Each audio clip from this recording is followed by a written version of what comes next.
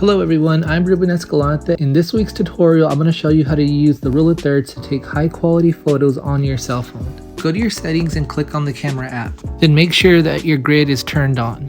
For Android users, look for the field that says grid lines and make sure it's turned on. Using the grid lines will help you take higher quality photos, but also try moving your camera around for the camera angle that you want. Using the camera grid to match the subject up with lines on different sides of the screen actually draws more attention to them in more subtle artistic ways.